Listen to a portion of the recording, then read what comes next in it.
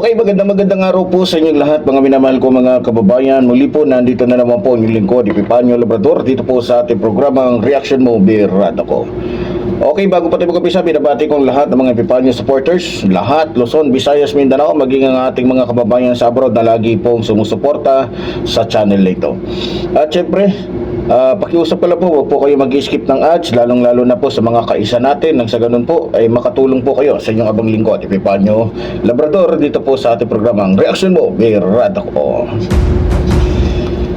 Okay, sa araw pong ito, ay pag-uusapan po natin So, balita ko po, etong si Sara Duterte ay kumuha po ng kanyang, o nagbuo ng defense team, na nilalahukan po ng o binubuo po ng 16 na abogado, 16 na abogado po ang kinuha ni Sara Duterte doon sa mga para lang madepensahan yung kanyang mga kasinungalingan, tulad po ng issue tungkol kay Mary Grace Piatos, sa mahigit 400 na tao na sinasabi niyang empleyado niya na hindi naman nakarehistro sa PSO, sa PSA, tungkol sa nilustay niyang 112 million at yung 125 million at yung 600 million. So kumuha po siya, at kumuha din siya ng mga abogado na magpapalusot kung papaano at sino at ano ang nangyari, bakit yung mga binigay niya, mga perma doon ay perma ng isang bata o perma ng isang hindi marunong sumulat o perma ng isang taong wala namang rehistro, walang death certificate, ni walang marriage certificate, walang birth certificate. So, kumuha po siya ng napakaraming abogado, na kung tutusin sa kasaysayan po ng ating bansa, first time po na nagkaroon ng isang napakataas na opisyal ng ating bansa na i-impeach na kumuha ng napakadaming abogado. Nakatulad po ni Porton, ni Narbasa, ni Sison, ni isang Narbasa rin, dalawa kasi yung Narbasang abogado, yung si Batong Bakal, si Gular, si Bakwel, si Gulya, si Golda Porton, si Radok, si Flores, si Fernandez, si Wesley Papua, si Munsayak, si Bendulan, si Boduta. Yan po yung mga abogadong kinuha po ni Sara para lang masiguro na madidepensahan yung kanyang mga kasinungalingan. Alam nyo, sa lahat po, sa kasaysayan ng impeachment, siya lang po yung naitalang kumuha ng napakaraming abogado. At balita ko, bawat isang abogadong ito ay mayroon pong kontrata, babayaran po niya ng 20 million kada isa. Tingnan nyo yung laki. 20 million pesos ang ibabayad niya, plus iba pa yung appearance. Kada atin ng mga abogadong ito ay mayroon pong nagkakahalaga po ng 200,000 pesos kada atin nila. Yan po ang babayaran ni Sara sa kanila. Ang tanong, saan kinuha ni Sara yung ganong kalaking halaga? Sa 5 piraso pa lang na abogado. Sa 20 million, ilan na? 100 million na po yun. Sa 10 abogado, ilan na? 200 million na. Sa 15, ilan na? 300 million. So, dahil may 16 ito, so sobra sa 300 million ang gagastusin ni Sara, plus yung kada appearance pa na 200k. Mga kababayan, pera po natin yung gagastusin ni Sara. Wala na pong iba.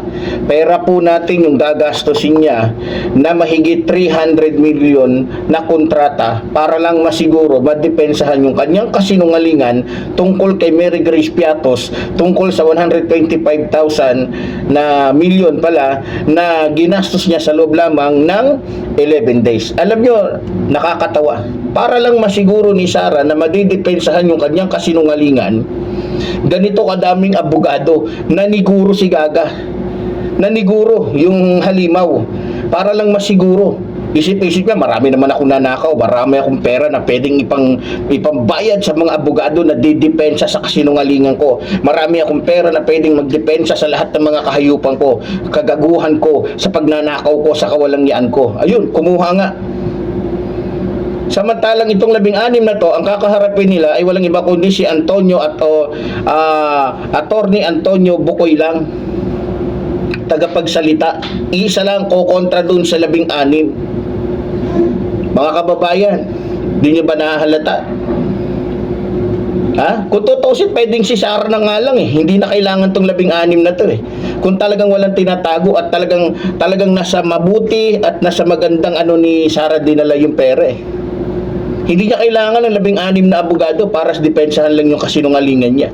Dito pa lang makikita niya na talagang may pagsisinungaling. Bakit niya kailangan ng ganito karaming abogado? Kasi balita ko, ang dami niyang kaso eh. Ang dami niyang sasagutin. Kaya kumuha kada isang tanong na pwede siyang maano doon, pwede siyang mahuli. Kumuha, ang tanong tungkol sa 125 billion. Kumuha siya ng isang abogado na ang trabaho lang doon, yung sagutin yung tungkol lang sa 125. Yung tungkol sa 112. Kumuha din siya ng isang abogado para sumagot lang nun. So may kanya-kanya silang toka. Na kung tutuusin, naalala ninyo si Corona? Ha? Dahil sa siyempre, alam niya na, teka, booking na talaga ako dito. Si ERAP, ganun din. Pwedeng gawin ni ERAP dati yun eh, pero hindi ginawa ni ERAP. Dahil alam niya na mabubuking at mabubuking pa rin siya. Siguro itong naisip ni Sara, kukuha ako ng maraming abogado. Kukuha ako. Kasi kung ako lang, baka manigas ako doon. Baka biglang magkamali ako, hindi ko alam ang gagawin ko. Baka biglang masabi ko yung hindi ko pwedeng sabihin. Pero abogado yan. Natatakot si Sara sa sarili niyang multo. Natatakot siya dahil alam niya kapag mali, kapag kasinungalingan na sasabihin niya, lagi may mali. Kaya kumuha siya ng isang abogado sa bawat tanong na pwedeng itanong sa kanya. Ang galing, di ba? Magaling.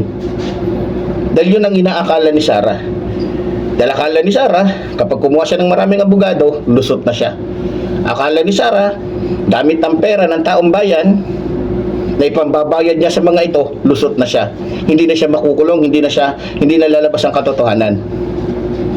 Galing ni Sara, no? Sobrang galing. Sobrang kapal din ng pagmumuka. Walang takot, walang hiya. Nagagamitin yung pera ng taong bayan, 20 million kada isa. Grabe. Kontra sa isang abogado, Attorney Antonio Bukoy, na hindi nagpapabayad. Ayaw niya tanggapin, sa totoo lang inalok siya. Magkano ba, attorney? Alam niyo kung ano lang sinabi ni attorney? Bigyan niyo lang ako ng pamasahe.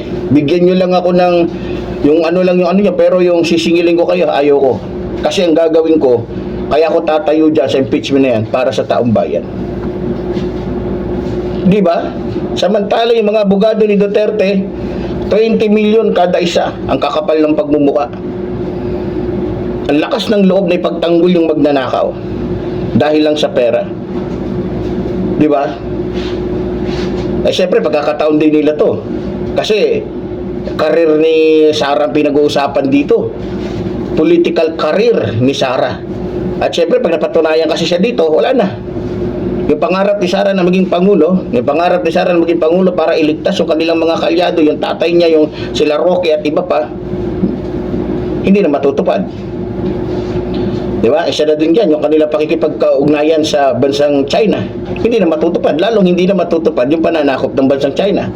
At lalong hindi na makakabalik dito si Michael Yang kapag hindi siya naging pangulo. Di ba?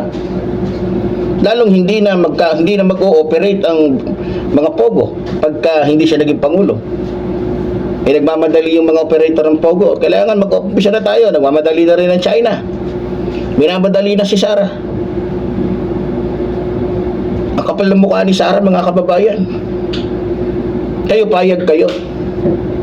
Ha? Ngayon binabayad ni Sara sa mga abogadong ito, 16. First time na nangyari yan. Talagang todo paniguro. Todong paniguro si Sara. Halatang halata yung kanyang paniniguro. Naku, sigurado mabubuking ako pag ako lang. Wala naman kasi ako sasabihin totoo. At saka mabubuking ako pag ako lang. Kailangan ko na napakaraming abogado. Kailangan ko ng pera. Kailangan ko na ganito, etc. etc. Naniguro si Gaga. Akala siguro ni Gaga, kapag ka nakakuha siya ng napakaraming abogado, yung tungkol sa 125 million, malulusot nila. Na everyday, sa Somatetal, gumagastos ng 25,000. Akala niya, isa doon sa mga abogado niya, lahat ng abogado niya makakalusot kapag sila ang humarap sa kasinungalingan. Di ba? Balita ko, talagang tinutukan nila. O, sabi ni Sara, ikaw yung nakatoka. O ikaw Fernandez, ikaw nakatoka dun sa pagka tinanong ako tungkol sa 125 million. Ikaw sumagot ha. Ikaw sumagot, akong bahala sa'yo. May 20 million ka. Promise. Plus pagka ako ay naging pangulo, pag nalusutan ko to, ako nang bahala sa'yo. Bibigyan kita ng pabor. Bibigyan kita ng kung anong hilingin mo. Basta iligtas nyo lang ako sa impeachment. Kasi masisira ang kinabukasan ko, masisira ang pamilya ko, masisira ang mga Duterte, mabubuking ako ng mga Pilipino. Ayun, naniguro. Kumuha ng napakaraming abogado na obvious na talagang may pinagtatakpan. Na kung tutusin, hindi niya kailangan itong mga ito. Sapagkat kung totoong meron siyang ginawang mabuti, masasabi niya to ng maayos. Kung totoong wala siyang ginawang kasamaan, malalantad niya, masasabi niya ng diretsuhan ito. May explain niya bakit si Piatos ang nilagay niya. May explain niya kung bakit si Uwishi ang nilagay niya. May explain niya kung bakit nagkaroon siya ng mga empleyado dyan sa OBP na mahigit 400 na pinasasahod ng gobyerno na hindi naman pala totoo mga tao. May explain niya yun. Hindi niya kailangan ng ganito kadami mga abogado. Sa totoo lang. Dahil marami namang na-impeach. Pero nagsalita sila ng base sa kanilang nalalaman, base sa kanilang kakayahan. Pero sa bagay, alam naman natin na yung diploma na hawak-hawak ni Sara ay binili lamang niya. No? Kaya siya naging abogada kuno.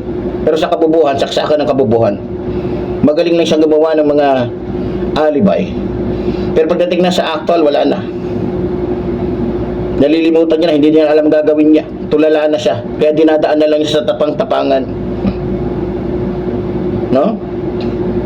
Dinadaan na lang niya sa pangaharas, dinadaan na lang niya sa pananakot, dinadaan na lang niya sa panunumbat, dinadala na lang niya sa kwento ang mga tao. Nakakalungkot isipin mga minahal ko mga kababayan sapagkat pera natin ang gagamitin niya. 20 million pesos plus 200,000 every bawat appearance ng kanyang mga abogado. Sabi nila wala silang pera. Sabi nila wala kami ganito kalaki. Wala kami ganung pera. Dapat imbestigahan niya saan niya kukunin yan. Baka kukunin niya yung bibigay sa kanyang 733 million baka diyan niya, di ba, gamitin. Kaya kailangan bantayan niya. Kasi hawak niya yung pera Malaya siya nakakaano kung saan niya baka mamaya yung 700 na yan, doon mapunta sa mga abogado yan. At natitiyak ko yan. Kasi alam naman natin kung gaano kagarapal, gaano kahudas, gaano katarantado, gaano ka demonyo si Sara Duterte. Di ba? Dito pa lang makikita niya na, uulitin ko. Talagang guilty siya. Hindi niya kailangan yun yung gano'ng kadami kung wala siyang tinatagong masama. Meron Kung wala siyang tinatagong kasinungalingan, hindi niya kailangan niya. 16? 16! Nakakalulang bayarin, nakakalulang abogado, nakakalulang...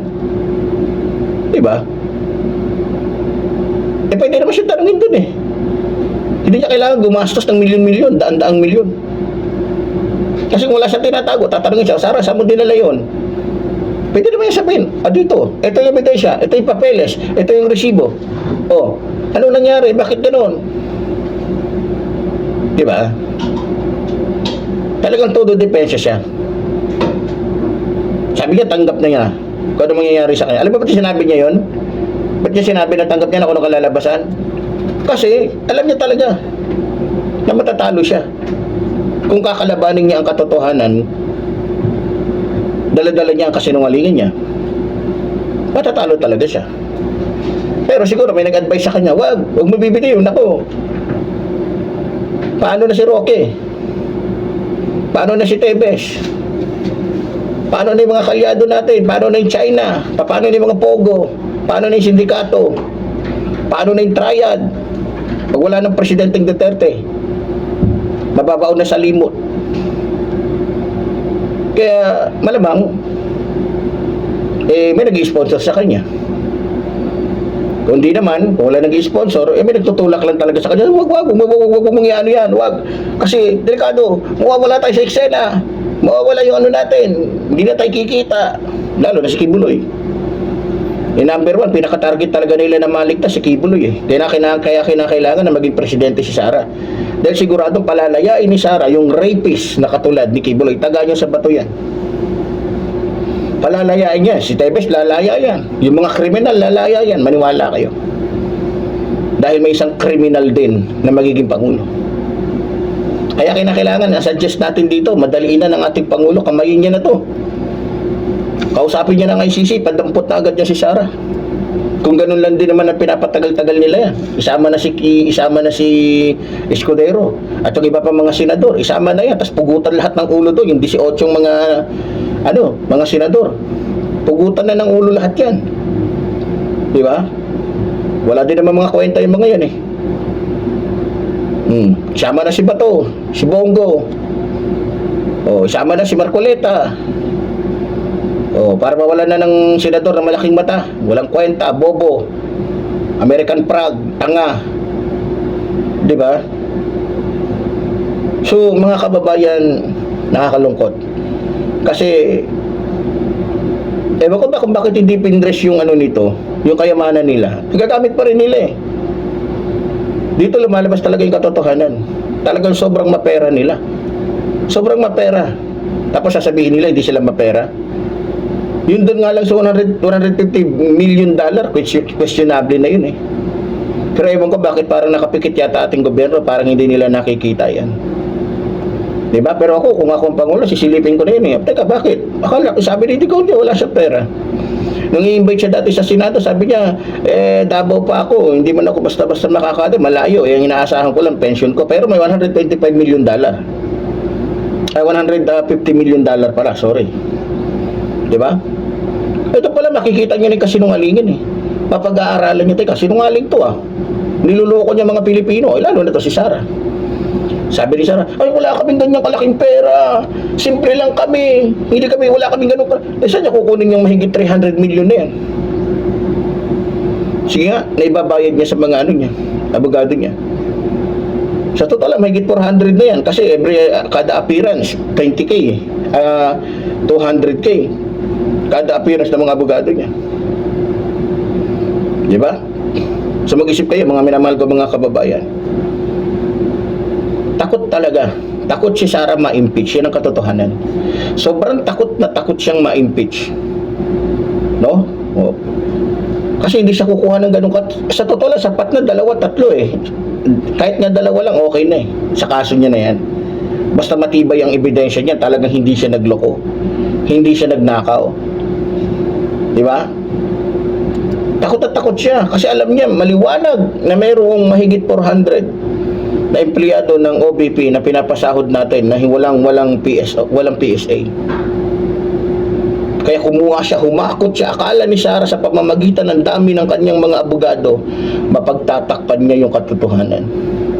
Akala ni Sara, pag humakot siya ng napakaraming abogado, matatalo niya na yung nag-iisang Pilipinong abogado, Antonio Bukoy, na makikipaglaban para sa katotohanan, para sa mga Pilipino. Akala ni Sara matatalo niya ang katotohanan dahil kumuha siya ng mapakaraming abogado. Pero isa lang titiyakin ko kay Sara, yes, nag-iisa lang si Attorney Bukoy.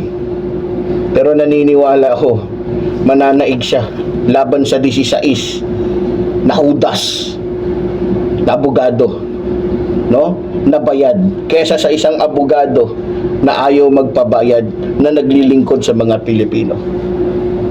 Kaya kailangan po natin ng matinding dasal dito. Dahil ang kalalabanin po ni Attorney Bukoy ay yung 16 na abogado para ipagtanggol ang kasinungalingan, kahayupan, katarantaduhan ng isang vice presidente.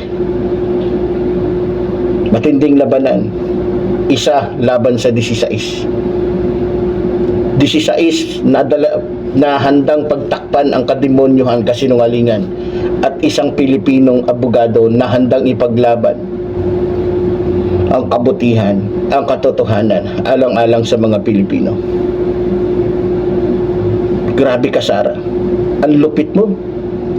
Grabe yung kasamaan mo talaga. Pero ganun pa man, huwag tayo mawalan ng pag-asa. Hawak pa rin natin ang katotohanan at hindi yan malulusutan ni Sara. At dito lilitaw ang katotohanan na yung sinasabi niya, sinisiraan lang ako. Di puta ka. Landi ng bunganga mo, sungaling-ngaling ko yan eh. Diba? Alam niyo, pinihira lang to sa sa akin. Kasi baliw ka kasi. Ha?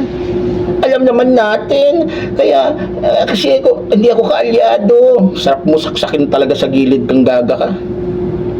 Di ba? Ang sarap saksakin tapos iunat mo na pataas, yung para makita mo siya na parang umaano talaga, umaangat din.